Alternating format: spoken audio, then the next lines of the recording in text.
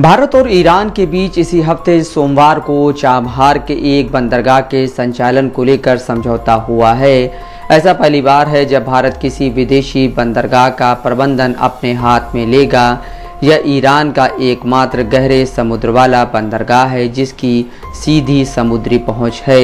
इस समझौते को पाकिस्तान और चीन के लिए चुनौती के तौर पर देखा जा रहा है। इसके साथ ही अमेरिका भी इस समझौते से खफा दिख रहा है।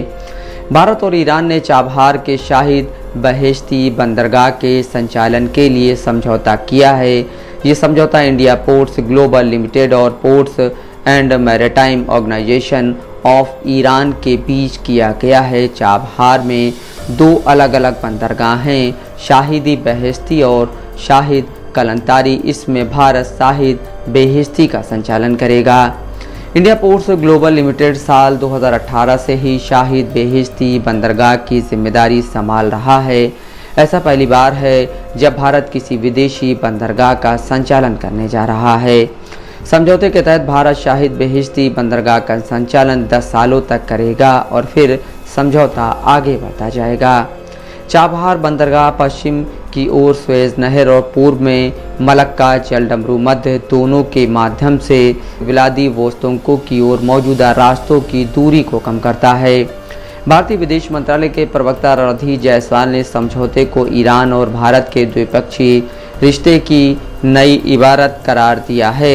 रणधीर जायसवाल ने एक्स पर एक पोस्ट में लिखा, इंडिया पोर्ट्स ग्लोबल लिमिटेड और Ports and Maritime Organisation of Iran के बीच चाबहार में शाहिद बहेश्ती पोर्ट के संचालन के लिए दीर्घकालिक समझौते पर हस्ताक्षर किए गए। इस समझौते के जरिए अफगानिस्तान, मध्य एशिया और यूरेशिया के साथ क्षेत्रीय कनेक्टिविटी और भारत के संबंधों को बढ़ावा मिलेगा। ईरान स्थित भारतीय दूतावास ने एक्स पर एक पोस्ट में लिखा, चाबहार के विकास के लिए भारत ईरान के साथ है। हमने चाबहार से संबंधित विकास के लिए 250 मिलियन अमेरिकी डॉलर के बराबर INR क्रेडिट विंडो को पेश किया है। चीन पाकिस्तान मिलकर ईरान की सरहद से सटे ग्वादर बंदरगाह को लंबे वक्त से विकसित कर रहा है। इससे भारत के लिए इस इलाके में अपना अस्तित्व बनाए रखने के लिए चाबहार बंदरगाह जरूरी थी। चाबहार बंदरगाह से गुजरात के कांडला बंदरगाह की दूरी करीब 1000 किलोमीटर दूर है। वहीं पाकिस्तान के ग्वादर बंदरगाह से चाबहार बंदरगाह की दूरी समुद्री रास्ते से करीब 140 किलोमीटर है।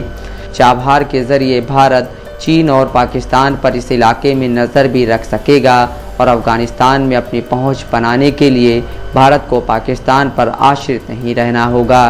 पाकिस्तान हमेशा से अफगानिस्तान और उससे आगे भारत के ज़मीन मार्ग का विरोध करता रहा है। चाबहार बंदरगाह के बनने से चाबहार जाहिदान रेलवे परियोजना का निर्माण फिर से हो सकेगा, जो लंबे वक्त से ठहरा हुआ था। 2016 में दोनों देशों ने चाबहार बंदरगाह के विकास और विस्तार के लिए इस रेलवे लाइन को मिलकर तैयार करने का निर्णय लिया था। ये रेल लाइन अफगानिस्तान के जाहिदान तक जाएगी।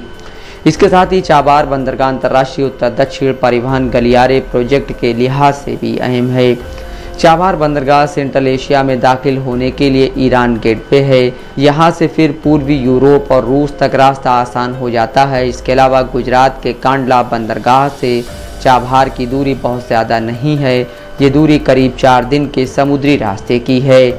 ये ओमान की खाड़ी के पास ही है। वहीं ग्वादर बंदरगाह से इसकी दूरी बहुत ज़्यादा नहीं है। अंतर्राष्ट्रीय उत्तर दक्षिण परिवहन गलियारे को जोड़ने के लिहाज से यह बंदरगाह अहम है। भारत से कोई भी सामान जहाज़ के ज़रिए चाबहार चला जाएगा। उसके बाद वहां से INSTC के रेल रोड कनेक्टिविटी के ज़रिए आर्मेनिया, अज़रबैजान, कजाकिस्तान, किर्गिज़ गणराज्य, तजाकिस्तान, तुर्कमेनिस्तान और उज़्बेकिस्तान और फिर रूस तक पहुंच बन जाएगी।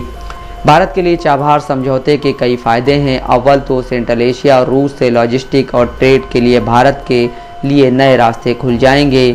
चाबहार के बनने से यूरोप के साथ भी कनेक्टिविटी हो जाएगी। इस रास्ते से सुएज नहर के मुकाबले 15 दिनों का समय बच सकेगा। दूसरी ये कि पाकिस्तान ने चीन के साथ मिलकर सेंट्रल एशिया में भारत को ब्लॉक कर रखा है। भू राजनीतिक तौर पर चाबहार की वजह से इस इलाके में भारत के एक्सेस मजबूत हो जाएंगे।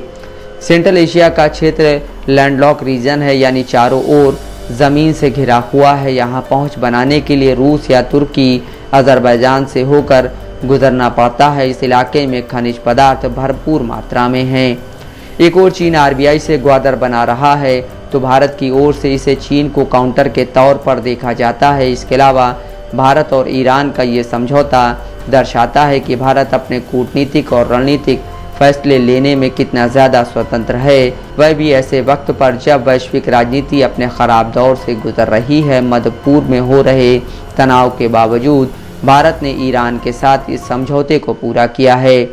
भारत जानता था कि अगर वह इस समझौते में देरी करता है तो यह चीन के हाथ में चला जाएगा, क्योंकि भारत और ईरान के बीच इस बंदरगाह के विकास को लेकर इस बात पर मतभेद थे। ईरान भारत पर बंदरगाह के विकास में देरी के आरोप लगाता रहा है। ऐसे में भारत अगर ये समझौता ना करता तो चीन बाजी मार ले जाता। ईरान भी चाहता है कि वह सेंट्रल एशिया में एक संतुलन बनाकर रखे और भारत के साथ रणनीतिक साझेदारी कर वह चीन को दूर रखना चाहता है। रूस भी नहीं चाहता कि इस क्षेत्र में चीन हर जगह अपना अस्तित्व बनाए रखे।